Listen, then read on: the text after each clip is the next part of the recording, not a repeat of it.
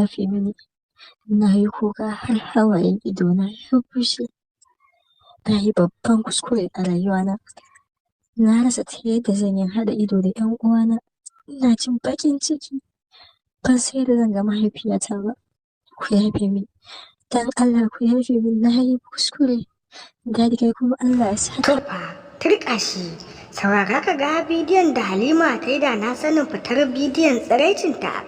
Inda take bayyana wa al'umma cewa ta yi da na sanin abin da ta yi, kuma tana neman yafiyar al'umma dangane da abin da ya faru. Shin menene ra'ayinku akan haka? Muna ɗauke da bidiyon yadda Halima ke nuna nadamar ta a fili, inda za ku iya bayyana mana ra'ayinku dangane da hakan. Ku biyo mu don jin me Halima take cewa a cikin wannan bidiyon. Ku dai ku danna subscribing sannan ku taɓa alamar ƙararrawa.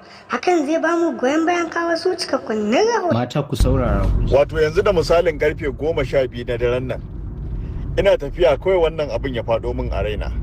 Na ce wallahi sai na yi wannan maganar. Ina mata, ina 'yan matan nan, duk ku tattaro ku nake nema a wannan bidiyon, saƙonku ne. Wai me dalilin da ya saka sai kaga yarinya mace budurwa iyayenta sun gaza yi mata wani abu da take bukata, ko ta nemi wani abu wajen iyayenta ba su yi mata ba, sai da tafi sai ta nemi saurayinta ya mata wannan bukatar, ko kudi ne ko anko ne ko whatever, kowane kalar bukata ne da iyayenta suka kasa yi mata, sai ta je sai tambayi saurayinta akan ya taimaka ya mata kaza. Sai saurayin nan ya ƙi kamar yadda iyayenta suka ƙi, ko kuma ya ce ba shi da halin yi mata kamar yadda dai iyayenta su ma suka gaza halin yi mata.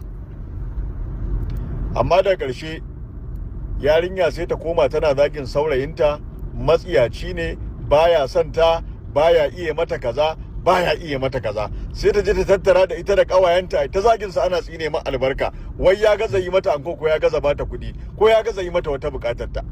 Kuma da san bukata ne fa iyayenta suka gaza yi mata, amma bata zagi iyayenta ba, bata tsine musu ba, bata ga gazawarsu ba, na saurayin take gani. Kuma a bisa ka'ida da al'ada ma ta addini ma da koma wani irin abu, iyayenta su ne suka fi kusa, iyayenta su ne suka fi haƙƙi akan su yi mata duk abin take bukata idan suna da halin yi mata din. To amma sai ga tana fushi da saurayin, sai ga an bata, sai ga zama ya ji daɗi na soyayyar saboda ya kasa biya mata wannan bukatar tata, sai kunkuni. To a iyayenki za ki zaga, su da kika tambaya suka kasa yi miki. Shi ko saurayi daman ba haƙƙinsa bane ba sai ya yi miki.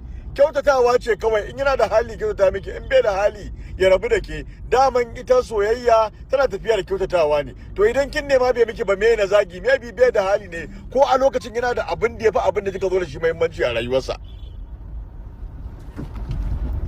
Gaskiya wannan akwai wasu yaran 'yan matan da za a gani, wallahi har saurayi ya gama soyayya da su har aka yi ga an yi aure, wallahi a tarihin soyayyarsa ba taɓa tambayarsa wani abu ba, ba taɓa roƙonsa ya mata ba, ta taɓa roƙonsa ya mata wani abu ba wallahi. Amma wata za ka ga roƙo 'yar bura uba yadda ka san Allah dai ya sawaƙe. Amma dai wannan ɗabi'ar ta mata ya kamata dai a jingine ta da Allah, ba ɗabi'a ba ce ba mai kyau wallahi.